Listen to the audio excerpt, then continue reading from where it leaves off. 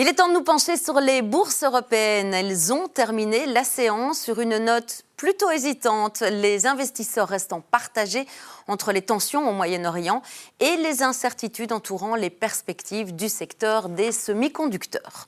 Sur Euronext Bruxelles, Aperam a nettement rebondi ce vendredi, effaçant quasiment ses pertes du début de semaine. Hors indice, Iloris a également repris des couleurs. À l'inverse, Melexis a lourdement rechuté après une note des analystes de la Deutsche Bank qui ont abaissé leur avis d'acheter à conserver. UCB a également décroché ce vendredi. On revient sur l'événement de la journée, c'était l'introduction sur le Nasdaq de SK hynix, une entreprise sud-coréenne leader mondial dans la fabrication de mémoires spécialisées dans les semi-conducteurs pour l'informatique et l'IA. On en parle bien sûr avec notre expert Philippe Évrard. Bonsoir Philippe. Bonsoir. Alors on y revient justement à ces semi-conducteurs et cette entreprise introduite en bourse aujourd'hui. Qu'est-ce qu'on peut en dire là maintenant ? Mais donc c'est un des leaders mondiaux. En fait, c'est un marché qui est un peu en oligopole. Il y a SK hynix, il y a également Samsung et alors l'américain Micron Technology qui se partagent grosso modo ce gâteau des semi-conducteurs. Pourquoi c'est intéressant les semi-conducteurs ? Vous l'avez dit, dans l'intelligence artificielle, c'est un des éléments clés. Ça fait penser un peu à la ruée vers l'or qu'on a connue il y a un siècle et demi, où en fait, qui s'est enrichi, c'était pas nécessairement les chercheurs d'or, c'était plutôt les vendeurs de pelles et de pioches, ce qui est un peu le cas ici. En fait, depuis 1 an et demi, ce marché des semi-conducteurs est en plein boom. Vous voyez l'indice SOX, qui est l'indice de référence. Eh bien, il a fait x2 depuis le début de l'année, x3 depuis le 1er janvier 2025. Et en fait, donc, cette introduction ici de SK hynix sur le marché américain, eh bien, ça a rapporté 26,5 milliards. Et il faut dire que les titres étaient attendus. Il y avait 7 fois plus de demandes que d'offres. Ah oui, et pourquoi est-ce qu'ils sont désormais cotés hors Corée ? Alors en fait, c'est pour 2 raisons assez simples. Mais tout d'abord, SK hynix a besoin de capitaux pour pouvoir continuer à développer ses entreprises, ses usines. C'est de l'argent frais qui arrive tout de suite. Et en plus, ici, maintenant, il est disponible sur le plus large marché mondial, le marché le plus fluide. Effectivement, ici, c'est le Nasdaq. Et donc, en fait, il profite ici, en plus, d'un prix d'émission qui est un peu plus élevé parce qu'il répond davantage aux standards américains que ce qu'il n'aurait pu avoir sur le marché coréen. Et pourtant, depuis quelques semaines, le marché des semi-conducteurs, il a dévissé. Oui, effectivement. Donc, c'est depuis fin mai, début juin qu'on a atteint les points les plus hauts. Maintenant, on est 20% en dessous. Qu'est-ce qui peut expliquer ça ? C'est assez paradoxal parce qu'en fait, les fondamentaux sont vraiment très, très bons. On a eu le résultat de ces 3 entreprises majeures il n'y a pas très longtemps.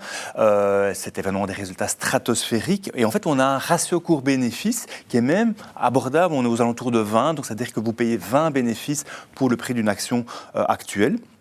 Et en fait, les croissances bénéficiaires sur 1 an ont été très, très importantes. C'est ça qui a expliqué que ce ratio cours-bénéfice est assez bas. Ces croissances bénéficiaires ont été de 700% à 1500%. C'est quelque chose d'assez démentiel.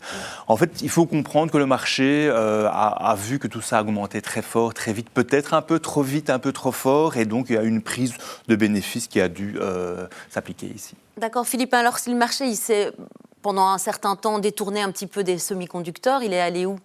Alors, il n'a pas quitté le marché, ça c'est déjà la bonne nouvelle. Donc, ils se sont tournés vers d'autres secteurs ou d'autres régions. Je pense notamment à l'Europe, qui était un peu à la traîne depuis le début de l'année. Mais depuis un mois et demi, ça va un peu mieux. Il faut dire aussi que le marché de l'énergie aide aussi un peu à rebooster l'économie européenne.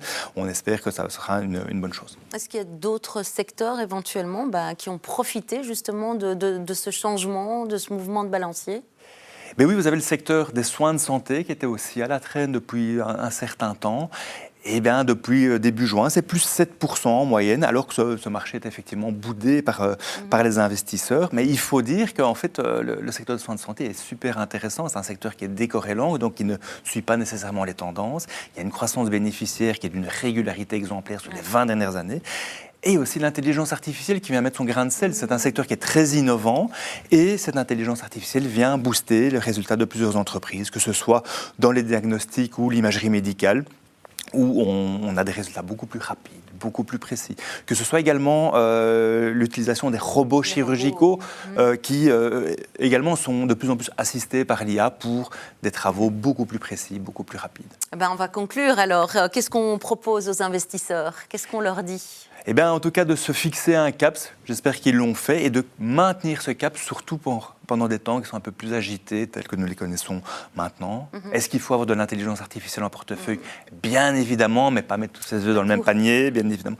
Et aller vers quoi? Par exemple, les pays émergents, qui connaît aussi un mouvement de balancier. Ces pays émergents ont été tirés par les semi-conducteurs, c'est essentiellement coréen. Ouais. Et puis maintenant, on voit que l'Inde commence aussi à tirer son épingle du jeu. Donc voilà, diversifier son portefeuille, ça reste un très bon conseil. Merci pour ces conseils et cette expertise, Philippe Evrard, et à tout bientôt. Merci à vous. Merci à vous. C'était le Trends des marchés en ce vendredi 10 juillet. Merci de nous suivre.